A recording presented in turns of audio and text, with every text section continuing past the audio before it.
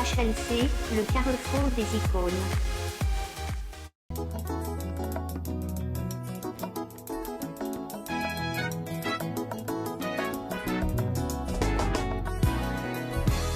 Bolamu eleki ebele, eleki ebele. Bolamu eleki ebele, eleki ebele. Nazwi initiative akotanga bolamu na Nzambe. Moko nsima mosusu na vi na ngai. Kasi nakoki te po eleki ebele. Nazwi initiative akotanga bolamu na Nzambe. Moko nsima mosusu na vi na ngai. Nayoki moto pasi paske eleki ebele. Bolamu yango, bolamu yango, bolamu ya Nzambe, bolamu ya Nzambe. Ngalalaki olalaki te, solo se kobatela ngai. Nanimbaka yo nimbaka te, solo se kobatela ngai. Shalom peuple de Dieu, shalom l'église du Seigneur. Je reviens encore vers vous aujourd'hui à travers cette vidéo pour parler d'une question très importante. La question qui se trouve dans Luc chapitre 18, du verset 1er jusqu'au verset 8. En fait, la problématique aujourd'hui et ici, c'est la problématique de la foi.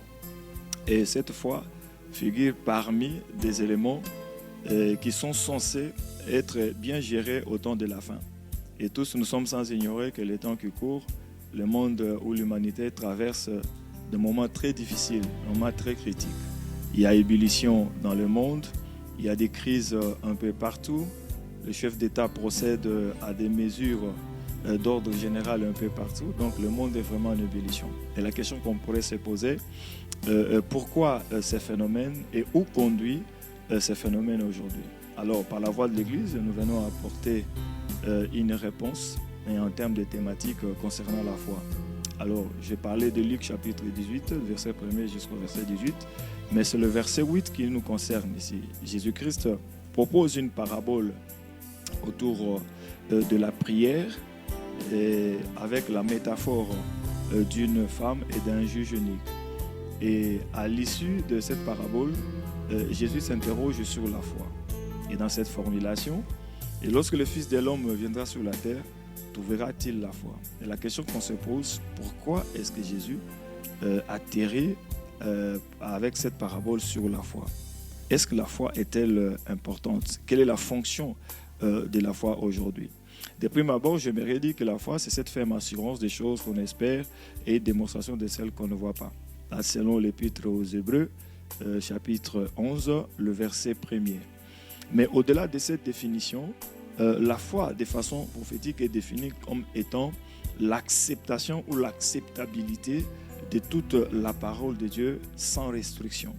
Et c'est à partir de cette définition que nous pouvons arriver à comprendre comment est-ce qu'il faut comprendre également le prophétique et comment est-ce qu'il faut situer les temps dans lesquels nous vivons. Jésus a dit qu'il existait un juge unique qui ne respectait personne, ni Dieu, et vraiment ni personne. Mais il y avait à côté une femme également qui voulait assez que ces juges uniques puissent faire rendre justice par rapport aux problèmes qu'elle avait. Mais il s'avère que ces juges uniques ne voulaient pas entendre ce que disait cette femme. Mais puisque cette femme continue à l'importuner, et la Bible déclare que finalement le juge unique a cédé. Et Jésus ajoute en disant, les élus, ceux-là qui sont sélectionnés par le Seigneur, ceux qui sont baptisés par le Saint-Esprit, Jésus formule en fait une demande par rapport à la prière, une motivation par rapport à la prière. Il dit si cette femme pouvait arriver à faire céder les juges unis par son importunité, il en est de même pour les élus qui prient, qui crient vers le Seigneur chaque jour, Dieu finira par les exaucer. Ça c'est la première des choses. Maintenant la deuxième, c'est notre problématique. Jésus suit en disant, lorsqu'il reviendra, trouvera-t-il la foi sur la terre? La question qui se pose, la parabole qui est proposée parle de la prière. Mais l'atterrissage au sein de cette parabole s'effectue dans le cadre de la foi. Alors la question qu'il faut, la dialectique qu'il faut faire comprendre ici, c'est que Jésus voulait dire que partout il y a foi, il doit y avoir prière. Et partout il y a véritablement la prière, c'est la manifestation de la foi. Donc les deux vont ensemble. C'est pour autant dire que pour gérer la problématique de la foi au temps de la fin, pendant que le mystère de l'iniquité est en train d'agir, donc il faut faire recours à la prière. Et cette prière à laquelle il faut faire recours, ce n'est pas une prière campagne à tambour battant, ce n'est pas une prière qu'on effectue comme ça, mais cette prière qui doit se baser sur la parole de Dieu. La prière qui est basée sur la parole de Dieu, sur la volonté de Dieu, elle exprime la foi. Et cette foi constitue la problématique essentielle au temps de la fin. Voilà pourquoi Jésus a dit, lorsque le Fils de l'homme viendra, trouvera-t-il la foi sur la terre? Une autre question à l'intérieur, c'est que Jésus qui est Dieu, 100%, omniscient, omnipotent, omniprésent, c'est supposé que sa connaissance est totale, sa connaissance est pleine, sa connaissance est absolue. Alors là où la connaissance est absolue, on ne peut pas s'interroger. Parce que dans le cas de l'homme, l'homme a trois instances. Il a les conscients, il y a les subconscients et l'inconscient. Et dans le subconscient, c'est là où nous trouvons les oublis, le monde de la connaissance partielle. Alors, en tant que Dieu, qui a la connaissance totale, nous savons que Christ est né Dieu, totalement homme et totalement Dieu. Dans l'instance de la divinité, Jésus savait déjà ce que serait les temps de la fin, ce que serait la manifestation du mystère de l'iniquité. Alors, pourquoi il s'interroge? Et s'il trouvera la foi lors de son retour? Cela veut dire l'interrogation d'un Dieu constitue une interpellation. Une interpellation pour nous aujourd'hui. Donc Jésus était en train de nous interpeller qu'au temps de la fin, la foi posera gros problème, posera problème. Et c'est là où je vais rejoindre le mystère de l'iniquité en passant pour dire que la foi pose problème à cause aussi, pas seulement, mais aussi du ministère de la présence du mystère de l'iniquité que Paul a évoqué dans sa deuxième épître aux Thessaloniciens, le chapitre 2, le verset 7. Il dit, le mystère de l'iniquité agit déjà. Et aujourd'hui, le mystère de l'iniquité est atteint déjà son essor. Ça veut dire qu'il a atteint un niveau beaucoup plus considérable. Et dans les fonctions, dans les missions, les grandes missions ou les adresses du mystère de l'iniquité, il y a la paupérisation de la foi. Donc le mystère de l'iniquité vise de paupériser la foi, d'appauvrir la foi. Et pour appauvrir la foi, il faut toucher à la parole, il faut toucher à la doctrine. Puisque la Bible déclare dans Romains 10, 17 que la foi vient de ce que l'on entend et ce que l'on entend vient de la parole. Donc pour toucher un élément, il faut partir à sa source, pour les déraciner complètement. Et pour déraciner la foi dans l'Église, il faut toucher la foi. Il n'est pas étonnant de remarquer qu'aujourd'hui, petit à petit, la parole est en train de sortir de l'Église. La doctrine est en train de sortir de l'Église. La doctrine ici signifie la parole de Dieu qui doit être faite chair, qui doit être vécue dans la chrétienté. Pas une parole parlée, pas une connaissance comme ça, un savoir, mais une vraie connaissance, une parole mise en application.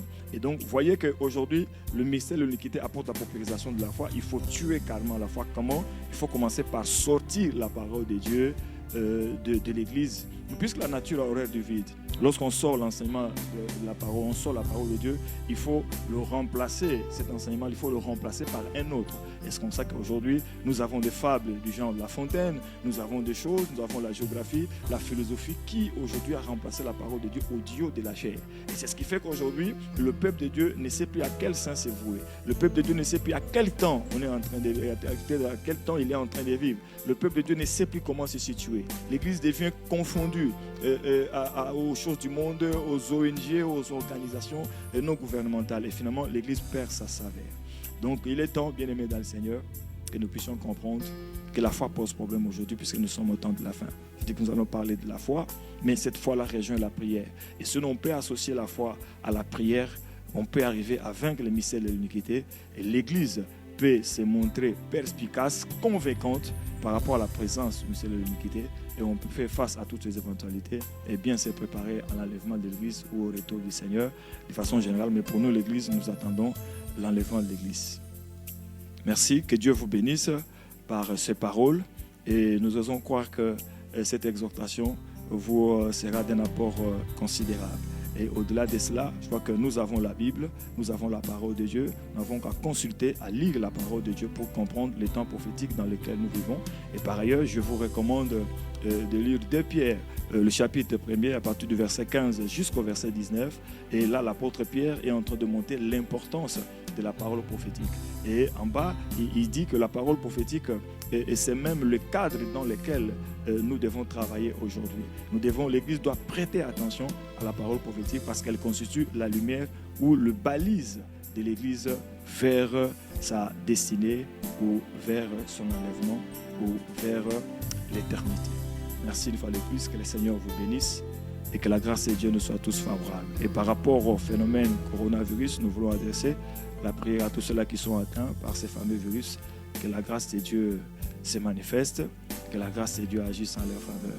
Et tous ceux qui ne sont pas encore atteints, nous prions que Psaume 91 s'accomplisse en leur regard, que l'Éternel qui protège ceux qui le connaissent, qui protège le bien-aimé, puisse le protéger et jusqu'à ce que ce phénomène va passer. Mais même si ce phénomène passe, il y a d'autres phénomènes qui vont arriver. Mais le plus important, c'est d'être dans le Seigneur et c'est ça le vrai moyen de protection. Merci, une fois de plus, que le Seigneur vous bénisse.